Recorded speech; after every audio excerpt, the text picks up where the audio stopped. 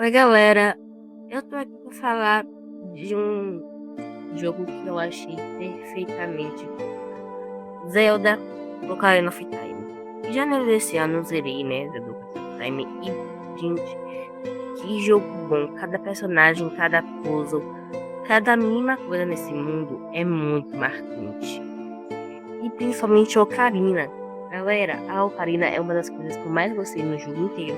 Porque, tipo assim, a Ocarina tem músicas muito boas, você toca músicas muito boas que ficam impregnadas na sua cabeça, cantarolando direto essas músicas.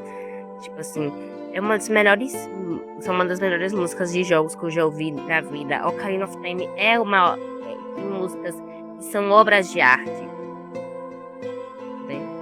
E outra coisa que eu também gostei muito foram os personagens, porque a maioria dos personagens são muito bons. Tem muitas camadas, né? Uma das minhas favoritas foi a Princesa Ruth, porque, gente, eu amo todo aquele enredo que ela tem de ser apaixonada pelo Link e tal. Pra mim, é uma das melhores personagens do jogo inteiro. Também amo muito a Saria. A Saria é uma personagem muito carismática, muito legal. É uma das minhas personagens favoritas do jogo inteiro. Outra personagem que eu também gostei muito, que carrega o nome da franquia, mas ironicamente não aparece em todos os jogos, é a Zelda. Gente, eu amo a Zelda, ela é muito bem desenvolvida, tipo assim, né? Principalmente, todos os personagens têm uma camada a mais de quando o Link é criança e quando o Link é adulto. Você vê que eles têm comportamentos diferentes, eles amadureceram. O tempo obrigou eles até amadurecerem demais do que deveriam amadurecer. E, tipo assim, durante aquelas cenas mais românticas que acontecem entre a Zelda e o Link, e aquele final com a Zelda mandando o Link de volta há 7 anos atrás, quando ele ia pegar Master Sword, e o jogo acaba. Gente, é muito bom. Outra coisa que eu também gostei muito foram os templos, né? Por mais que tenha alguns templos, como o Templo da Água, que aquilo ali é a maior dor de cabeça que você vai passar na vida, porque o templo difícil, essa parte das botas também, principalmente, você tem que controlar o nível da água, é algo que você vai ficar preso por muito tempo. Tanto é que provavelmente o tempo da água foi o tempo que eu mais passei tempo, porque é algo muito difícil, sabe? Esse templo é muito difícil. Outros templos que você vai conseguir é com certeza o templo das sombras, porque ele tem toda aquela parte de você decorar os caminhos invisíveis, tem aquela parte de você ter que ficar colocando e tirando bota, que nem no templo da água, mas todos os templos desse jogo são bons. E, tipo assim, os bosses também tem muitas variedades, se bem que tem uns que não são tão bons assim, como aquela água, um pedaço de água, que chamam de boss do tempo da água, porque aquilo ali não é um boss à altura do templo tão difícil que ele é. Outro um boss que eu amo, o design dele eu acho muito lindo, é o Darunia do Templo do Fogo. Porque, gente, ele é muito lindo e os bosses têm sempre uma variação, sabe? Uma grande variação. Não é à toa que Ocarina of Time é o jogo mais bem avaliado da história. Tem 99 no Metacritic, ou seja, é quase perfeito. Atualmente, os únicos pontos negativos que esse jogo tem é a câmera, que você não pode controlar com o relógio esquerdo, mas colocando mods, né, no M3DS, é impossível controlar a câmera com analógico, né?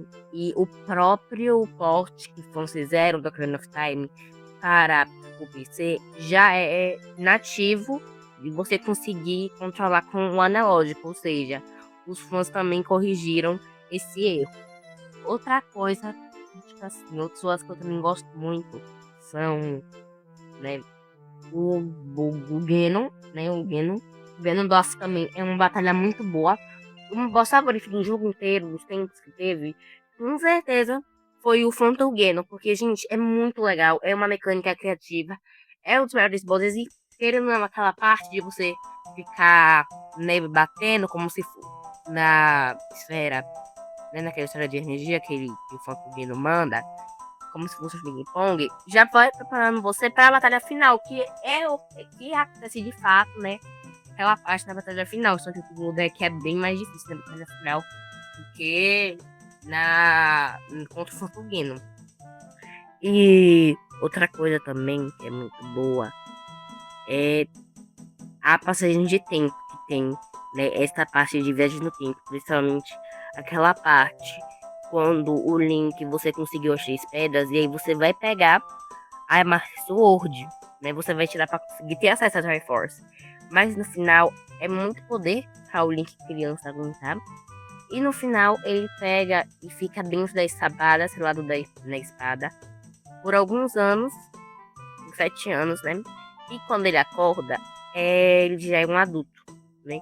E é um contraste muito grande que tem entre a parte criança e a parte adulta. A parte de criança, tudo é mais vibrante, os tempos são mais fáceis, tudo é mais colorido. E aí na fase adulta do Link, na parte que o Link é um adulto no jogo, tudo tá mais escuro, né? As cores são bem mais escuras, a paleta é mais escura, o jogo tá bem mais macabro. Um exemplo claro da diferença do contraste entre a fase adulta e a fase criança do jogo é a parte do mercado, né? Do mercado central. Não sei o nome, isso eu esqueci, né? Mas quando você vai acordar, né? Na fase adulta, o jogo tá tudo destruído, né? Tá tudo destruído. Tem pessoas enfeitiçadas lá, não sei, amaldiçoadas, né? Não sei o nome desses bichos aí que vou mostrar na tela. Outra coisa também, né? Que quando o Link era criança, aquele lugar era vivo, cheio de gente, construído, colorido. E agora tá todo escuro. Tá tudo, sabe, muito escuro, muito destruído. Você vê as atrocidades que o Ganon fez em só 7 anos que ele reinou em Hyrule. E também um dos maiores plots do Zelda Ocarina of Time, com certeza, é o Sheik. Porque o Sheik é um homem misterioso. Você não sabe quem ele é, você não consegue falar direito com ele. Ele aparece em momentos breves no jogo. Quando você tenta falar com ele, ele joga aquela bomba de fumaça e desaparece. Ele ensina as músicas, muitas músicas boas, inclusive. Mas pra mim, as melhores músicas desse jogo inteiro são a Zelda, a canção de Ninar da Zelda, que você consegue aprender bem no início. A canção, né, do Templo do Tempo e a canção da Saria. São as melhores músicas do jogo inteiro, né? Mas as músicas que o Sheik também ensina, como a Serenata da Água, também são muito boas. Eu acho muito bonito a Serenata da Água. Tipo assim, né? E também toda aquela filosofia, todos aqueles poemas que ele passa antes de te ensinar música, é muito bonito. E no final, você se revela a Zelda. O Sheik era a Zelda esse tempo todo. A gente tava procurando a Zelda, não sabia onde tava, mas na verdade ela tava no nosso nariz esse tempo todo. Então, uma coisa que Zelda Ocarina of Time quebra muito esse estereótipo de princesa que precisa ser salva. Tipo assim, a Peach do Mario, ela, todo jogo ela é sequestrada, ela precisa ser salva. Menos no Mario 3D World mesmo, que eu já joguei. Então, ela é uma outra coisa, outro enredo que a Peach não é sequestrada nesse jogo. Até onde eu joguei. E no Zelda Ocarina of Time não, a Zelda é independente. Ela, né, ela é Girl Power. E tipo assim, isso também é desenvolvido muito em outros jogos. E também mostra esse lado mais independente da Zelda, como no Twilight Princess, com Wind Waker. Então é algo que realmente se usa muito, né? A franquia Zelda usa muito, que é a princesa não precisar ser salva, né? Mas, gente, é muito boa. A Zelda também é uma princesa muito madura.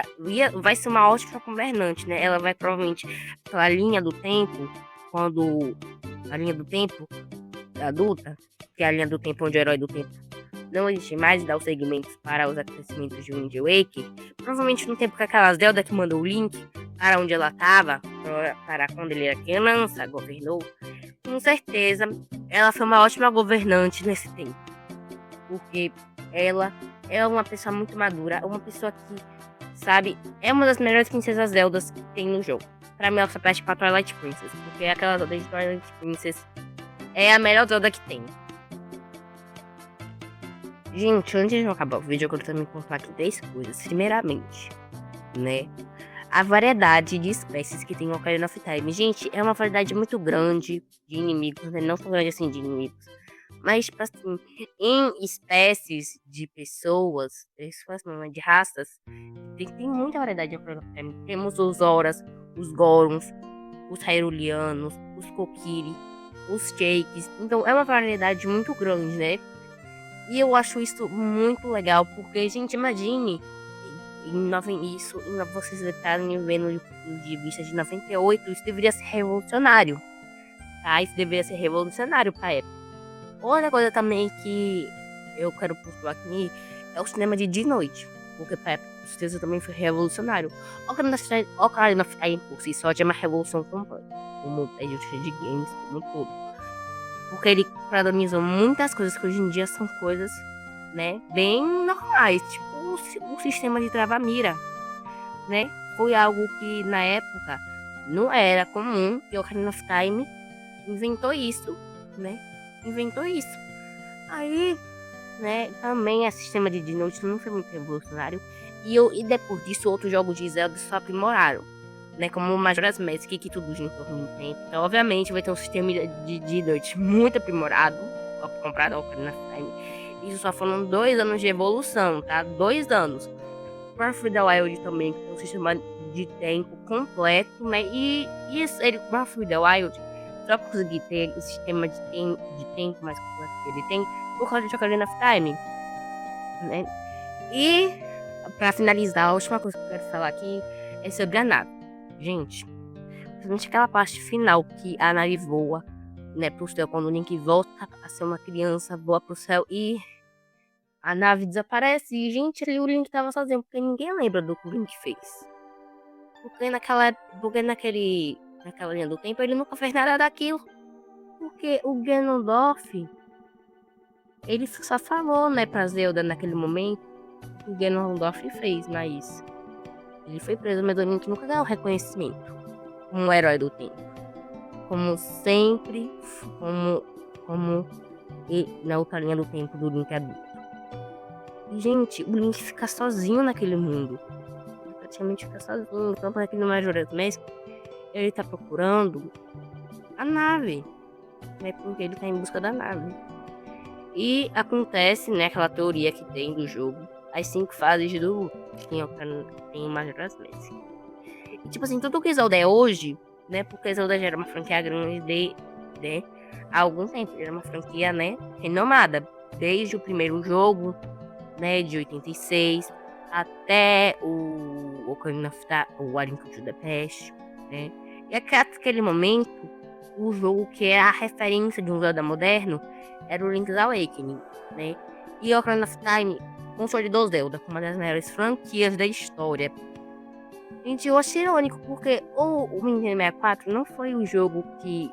Não foi o console mais ainda daquela geração. E mesmo assim, ele abriga aos melhores jogos, uma grande maioria dos melhores jogos da sexta geração. Da sexta não, da quinta. De novo me confundindo, né, galera? Mas então, esse foi o vídeo, né? Deixa o seu like, se inscreve no canal que me apoia. Faça esse vídeo como é amador, né? Principalmente o áudio, porque no microfone que eu tô usando aqui não é muito bom. E eu prometo que nos próximos vídeos eu vou estar me empenhando a melhorar mais, né? Porque é o começar aos poucos.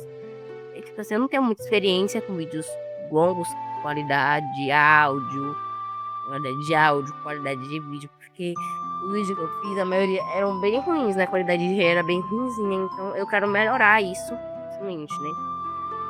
Então, se inscreve no canal, deixa o like pra me apoiar, né? Principalmente canais pequenos, que eu quero crescer mesmo, o canal ainda é muito pequeno. E tchau, galera. Até o próximo vídeo.